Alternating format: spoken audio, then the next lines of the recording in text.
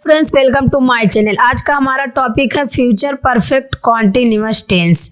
इसके पिछले वीडियो में मैंने future simple tense and future perfect tense के बारे में डिस्कस की थी और उसके पिछले 8 वीडियो में मैंने प्रेजेंट के 4 और पास्ट के 4 वीडियो टेंसेस के बारे में बताई थी। आज के वीडियो में हम पढ़ेंगे फ्यूचर परफेक्ट कॉन्टिन्यूअस टेंस के बारे में। जिस वाक्य के अंत में रहा होगा, रही होगी, रहे होंगे आदि होता है तो उसे हम फ्यूचर परफेक्ट कॉन्टिन्यूअस टेंस कहते हैं। फ्यूचर कॉन्टिन्यूअस टेंस में बताई थी कि रहा होगा, रही होगी, रहे होंगे, तो ऐसे sentence future perfect continuous tense में आते हैं।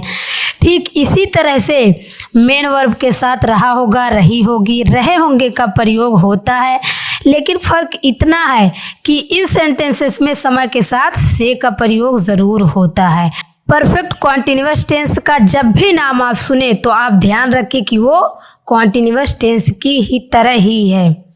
डिफरेंस इतना है कि वहाँ समय के साथ से का प्रयोग होता है, यहाँ बात प्रेजेंट टेंस और पास्ट परफेक्ट कॉन्टिन्यूअस टेंस दोनों में मैंने डिटेल में समझाई थी कि से के लिए सिंस और फॉर का यूज़ किया जाता है, कहाँ पर सिंस का यूज़ और कहाँ पर फॉर का यूज़ करना है। अफर्मेटिव सेंटेंसेस, सकारात्मक वाक्य। सकारात्मक वाक्य वो होता है जिनमें नहीं का प्रयोग नहीं होता है, नहीं तो कोई प्रश्न पूछा गया है। किस तरह से सेंटेंस को बनाना है, फॉर्मूला आपके सामने है। पहले आप लिखेंगे सब्जेक्ट, उसके बाद लिखेंगे विल हैव बीन। यहाँ पर जो हेल्पिंग वर्ब आपकी है वो है विल हैव बीन। उसके बाद लिखेंगे वर्ब की फर्स्ट फॉर्म, साथ में आईएनजी। उसके बाद लिखेंगे object, since for time. Since का यूज़ पॉइंट ऑफ टाइम के लिए एंड फॉर का यूज़ हम पीरियड ऑफ टाइम के लिए करते हैं। रोहित घूम रहा होगा, सेंटेंस में से का प्रयोग नहीं हुआ है, सिर्फ रहा होगा।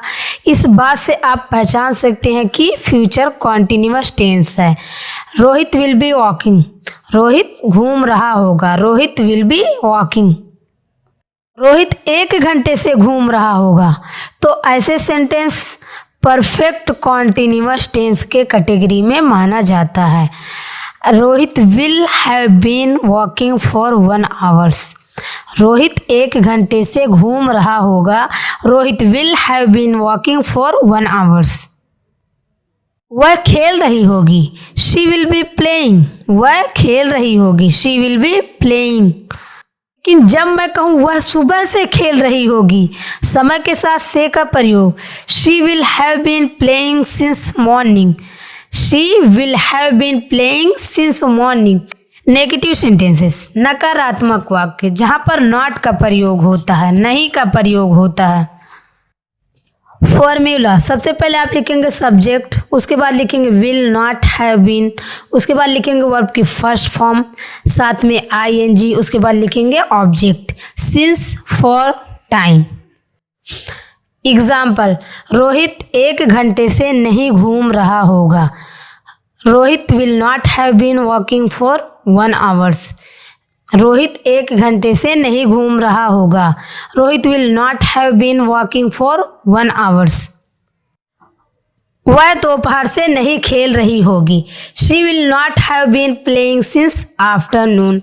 वह दोपहर से नहीं खेल रही होगी, she will not have been playing since afternoon. Interrogative sentences, प्रश्नवाचक वाक्य, ऐसे वाक्य जिनमें प्रश्न पूछा जाता है और वाक्य में WH फैमिली का प्रयोग सबसे पहले किया जाता है हेल्पिंग वर्ब से पहले। सबसे पहले आप WH फैमिली का यूज़ करेंगे, उसके बाद विल, उसके बाद सब्जेक्ट प्लस नॉट। अगर प्रश्नवाचक वाक्य में नॉट का प्रयोग है तो करेंगे, अगर नहीं है तो नहीं करेंगे।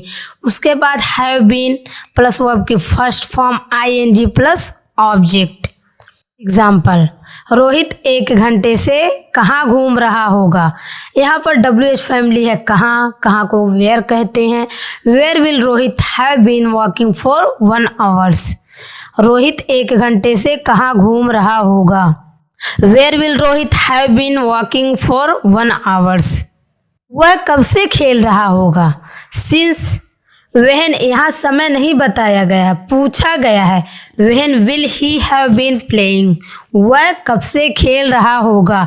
When will he have been playing. दोपहर के 1 बजे तक वह पिछले 4 घंटे से पढ़ रहा होगा। At 1 o'clock he will have been reading for 4 hours. दोपहर के 1 बजे तक वह पिछले 4 घंटे से पढ़ रहा होगा।